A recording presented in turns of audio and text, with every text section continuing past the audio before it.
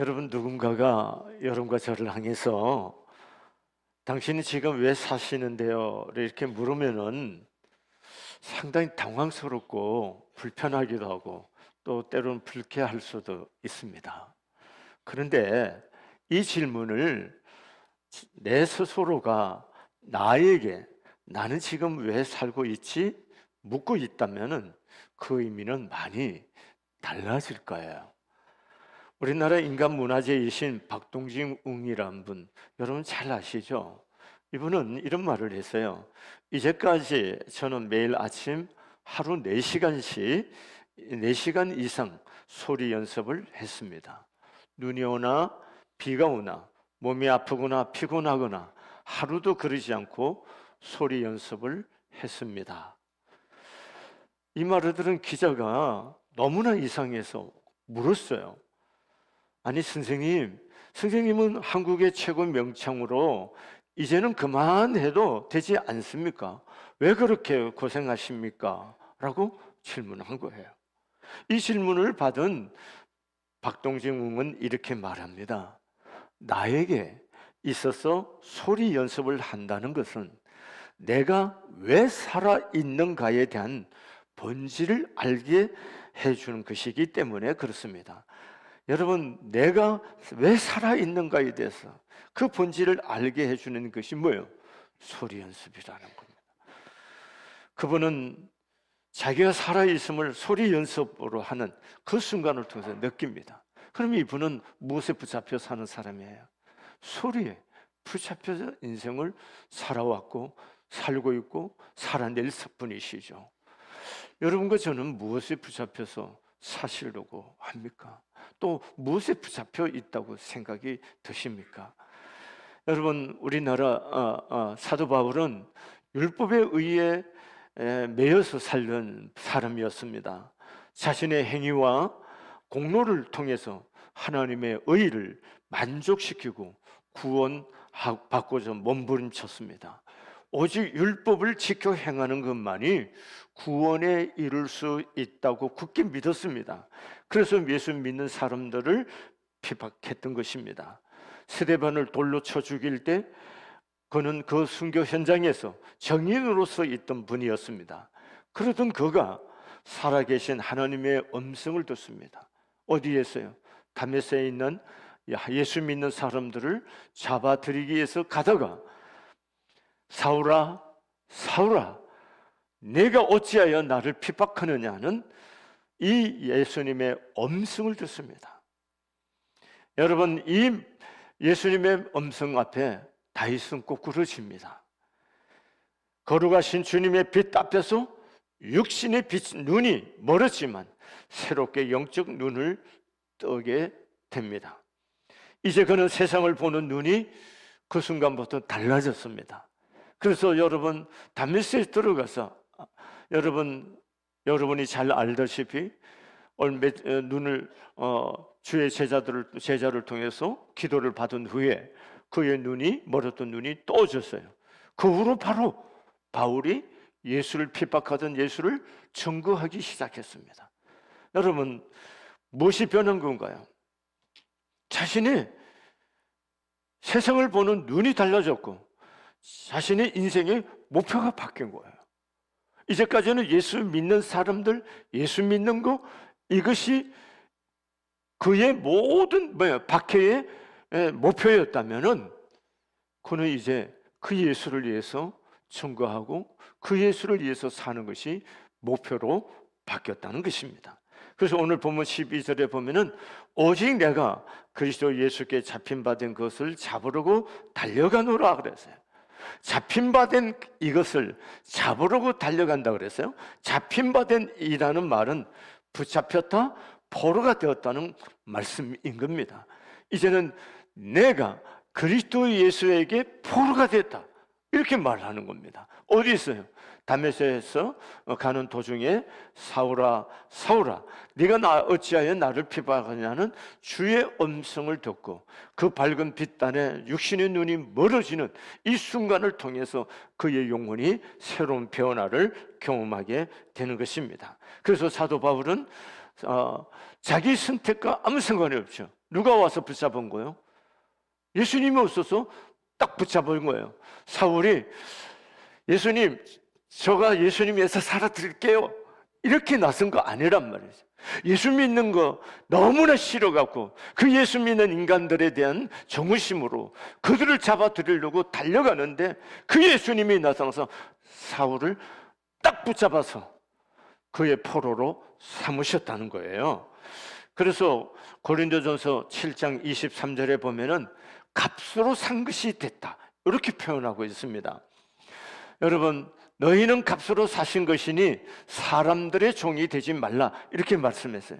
예수의 피값으로 여러분과 나를 사셨다는 거야. 그래서 예수님의 피값으로 여러분과 나를 사셨으니까 우리는 이제 예수님께 팔린 사람이에요. 다시 말하면 여러분과 저는 노예라는 것이요, 자유가 없다는 거예요. 누구 안에서? 예수 안에서 여러분과 나는 붙잡힌 바, 노예가 되었고 그 팔린 바 되었던 사람이라는 것입니다.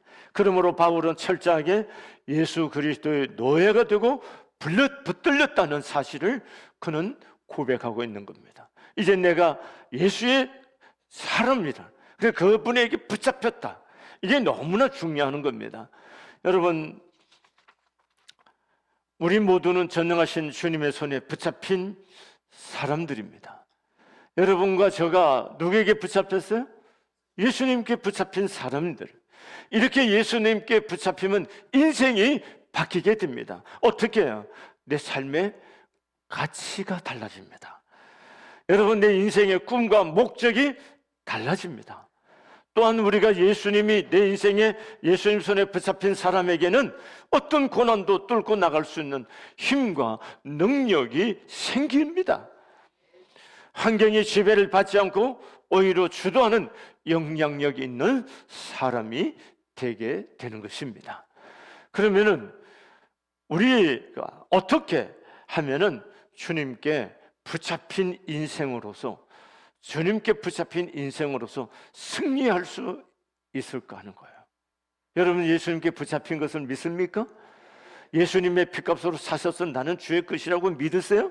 그럼 우리가 주님의 붙잡힌 사람으로, 주의 피값으로 산 하나님의 사람으로서 어떻게 이 땅의 삶을 성공적으로 살아낼 수가 있겠느냐 하는 거예요. 첫 번째, 삶의 목표가 분명해야 합니다. 뭐가 분명해야 돼요? 삶의 목표가 분명해야 됩니다. 사도 바울은 삶의 목표가 아주 분명히 있습니다. 그는 예수께 잡힌 바 된 그것을 잡으려고 달려갔습니다. 그는 목표를 향해서 달려갔다. 그 하나의 목표를 향해서 그는 다름질을 했고 그 목표를 향해서 모든 삶을 집중했다는 것을 알 수가 있습니다. 그러면 사도 바울의 인생의 목표는 세상의 명예나 권세입니까?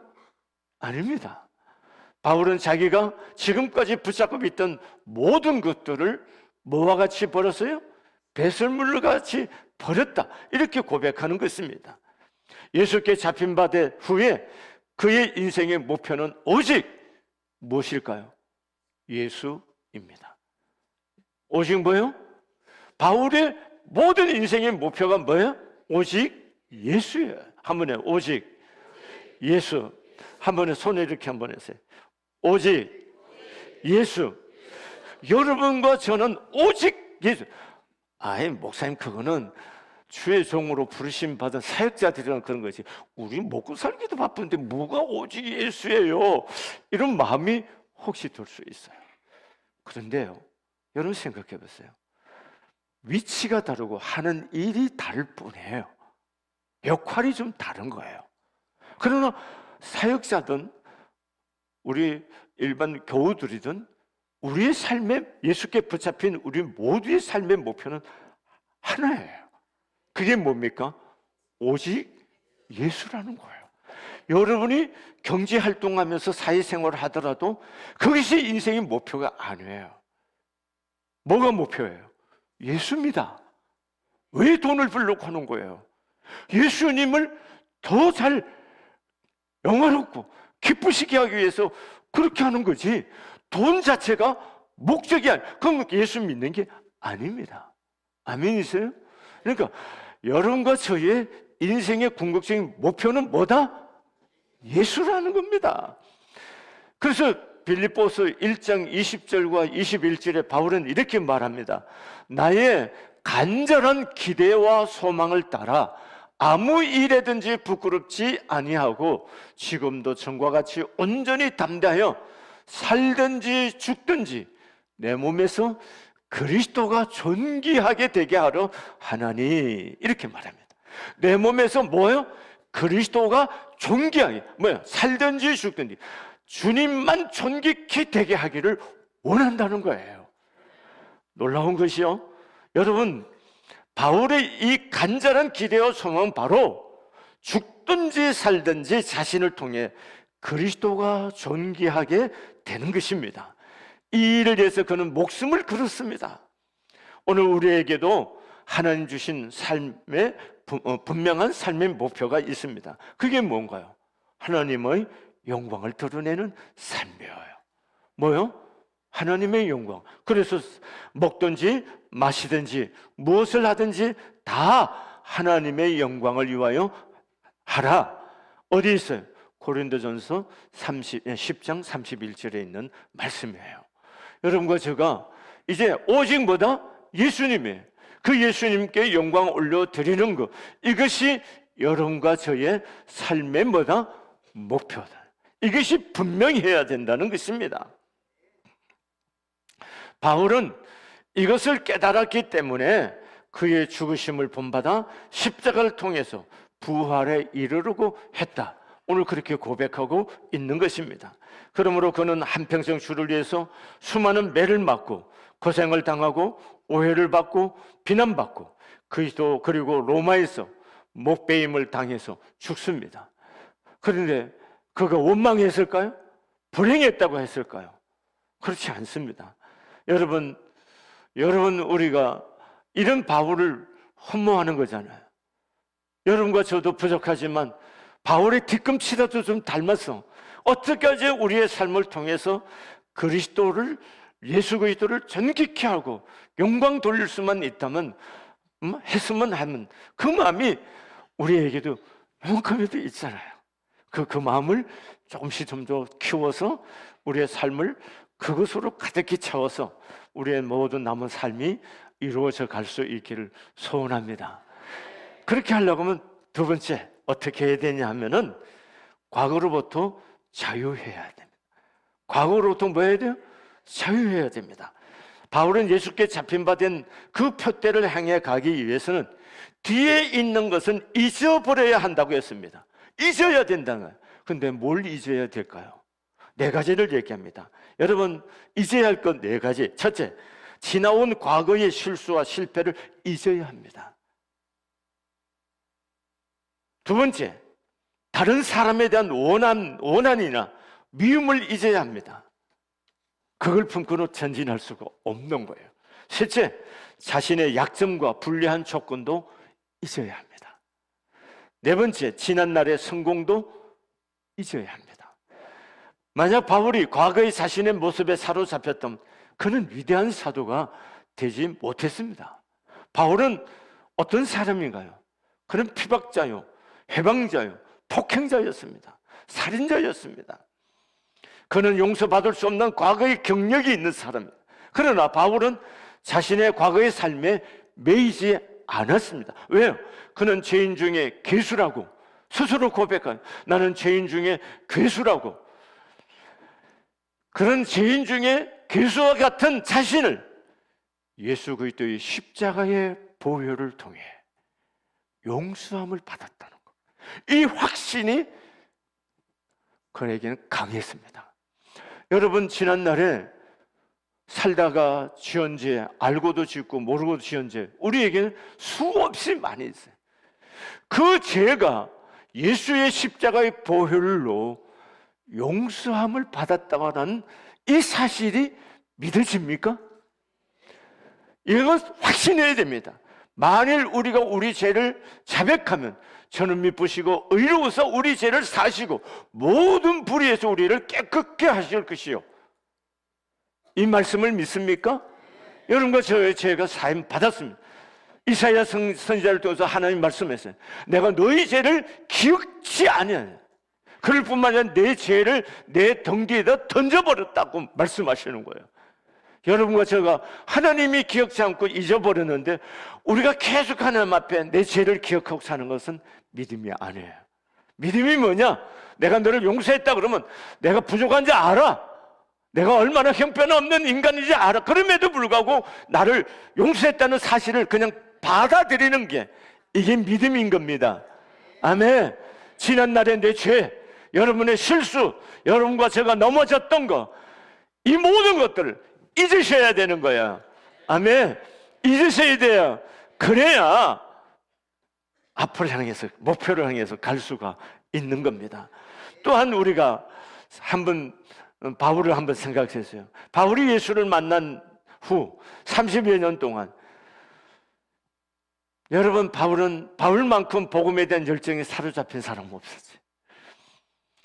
그는 복음의 열정에 소아시아를 누비며 수많은 사람을 구원하고 교회를 세웠었습니다. 중요한 도시마다 교회가 세워지고 아주 건강하게 성장하고 있었습니다.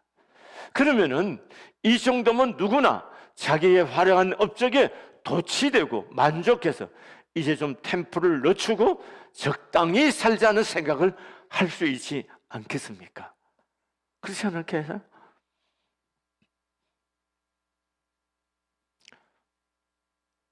여러분, 은퇴하고 뭐 하지? 은퇴하는 사람들의 대다수 고민이 이겁니다.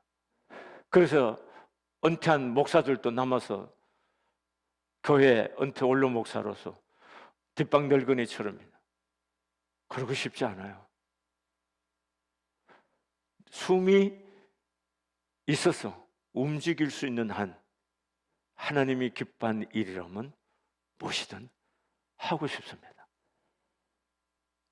이 교회에 우리 이기수 목사님 사역에 절대로 방해가 되거나 교회 우리 성안교회 누가 되는 짓거리는 하고 싶지 않아요. 그럼에도 불구하고 하나님의 영광을 위한 일이라면 쓰임 받고 싶어요. 아멘이세요? 여러분 그렇지 않나요? 그렇지 않으세요? 이제 끝났으니까.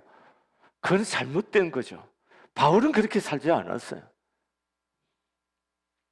어떻게 했냐면 오늘 보면 13절과 14절 이렇게 고백합니다. 형제들아, 나는 아직 내가 잡은 줄로 여기지 아니하고 오직 한 일, 즉 뒤에 있는 것은 잊어버리고 앞에 있는 것을 잡으려고, 앞에 있는 것을 잡으려고 뭐 한다고요?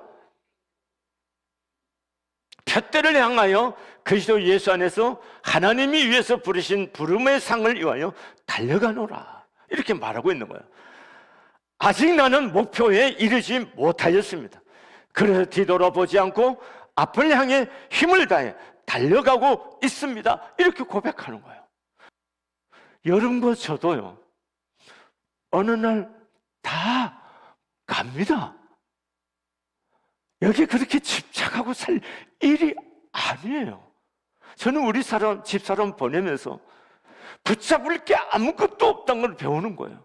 뭘 붙잡아요? 한순간에 숨이 멈추는 순간 다 놓는 건데, 늙으면 그거 하나도 누리지 못하는 건데 뭐 그렇게 집착할 게 있어요? 아시겠어요? 숨 쉬고 내가 움직일 수 있는 시간, 한 사람이라도 더 영혼을 예수를 만나게 해드리고 좀 더 내가 아는 그리스도를 잘 전해서 더 주님을 사랑하게끔 해드리고 이런 것뿐이지. 아멘이신가요? 왜 대답 안 하세요? 아멘이세요? 그거잖아요. 그거 아멘이세요? 바울은 그것을 위해서 뭐요? 달려간다고 말하는 거예요. 여기에 달려간다는 히라보 디오코라는 말은요, 결승점 외에는 아무것도 눈에 들어오지 않는 달리기 선수가 몸을 앞으로 쓱 내밀고 달리는 모습을 표현할 때 디오코라는 말을 쓰는 거예요. 달리기 선수 어떻게 해요? 이렇게 뜁니까? 아니에요. 뭐요? 여러분, 이게 달려가는 겁니다. 어디만? 결승점을 향해서만. 여러분과 저의 삶이 그거여야 됩니다. 우리의 표대를 향해서 달려가는. 아멘이세요? 예수 그리스도예요. 우리 주 예수 그리스도의 복음이 전하여서 한 영혼에도 구원받고 하나님의 교회가 건강하게 세워지는 거, 그걸 향해서 우리가 뭐요? 달려가는 거. 어떻게 하면 하나님께 영광 돌릴까? 달려가는 거. 그거여야 된다는 거예요. 그럼 세 번째, 우리가 잡아야 할 것은 뭘까요? 우리가 붙잡아야 할 게 뭐냐고요? 그것은 위에서 부르신 부름의 상이라는 겁니다. 오늘 14절의 표대를 향하여 그리스도 안에서 하나님이 위에서 부르신 부름의 상을 위하여 달려가는, 무엇을 위하여 달려가노나? 하나님이 나를 부르신 그 부름의 상을 위하여 달려간다는 거예요. 디모데후서 4장 8절에 이제후로는 나를 위하여 의의 면류관이 예비되었으므로, 뭐가 준비되었다고요? 의의 면류관이 예비되었다는 거예요. 주 곧 의로운 재판장이 그날에 내게 주실 것이며 내게만 아니라 주의 나타나심을 사모하는 모든 자에게 도니라, 이렇게 말하는 거예요. 너무 중요한 거죠? 의의 면류관이 준비되어 있어요. 여러분과 나를 향한 면류관이 준비되어 있다는 거예요. 아멘이십니까? 여러분, 상 받으면 기분이 좋습니까? 안 좋습니까? 애들도 참 잘했어요. 잘했어요. 수고했어요.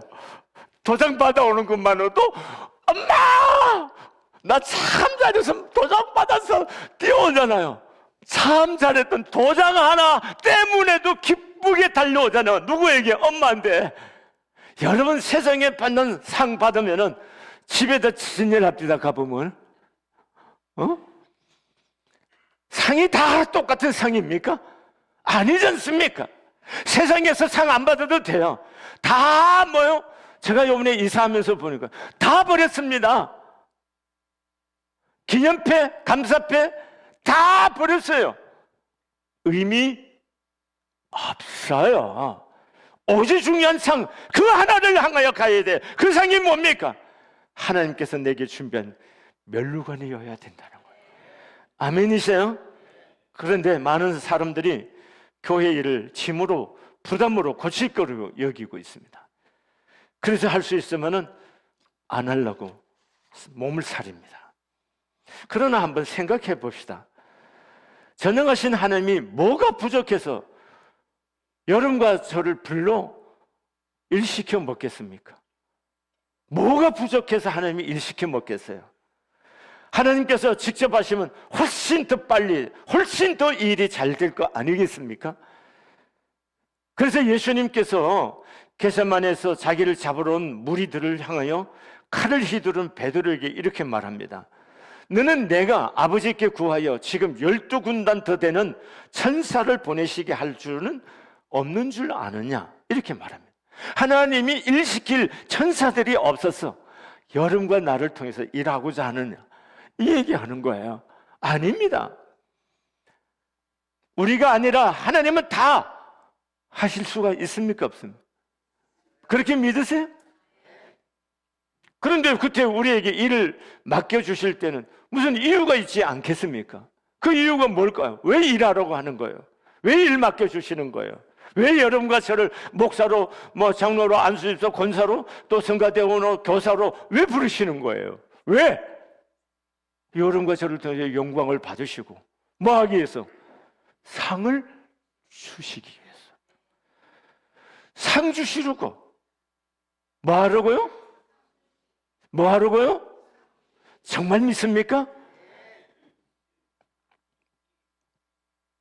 우리가 정말 걱정해야 할 것은 고생하는 것이 아닙니다. 예수님을 위해서 고생하는 거 아닙니다. 하나님이 안 써주는 거, 이게 우리가 걱정해야 될 거예요. 하나님 나 같은 거 안 써주면 무슨 의미가 있어요? 무슨 의미가 있냐고요? 하나님께서 여러분과 저를 뭐 하는 거예요? 써주시니까. 써주시니까.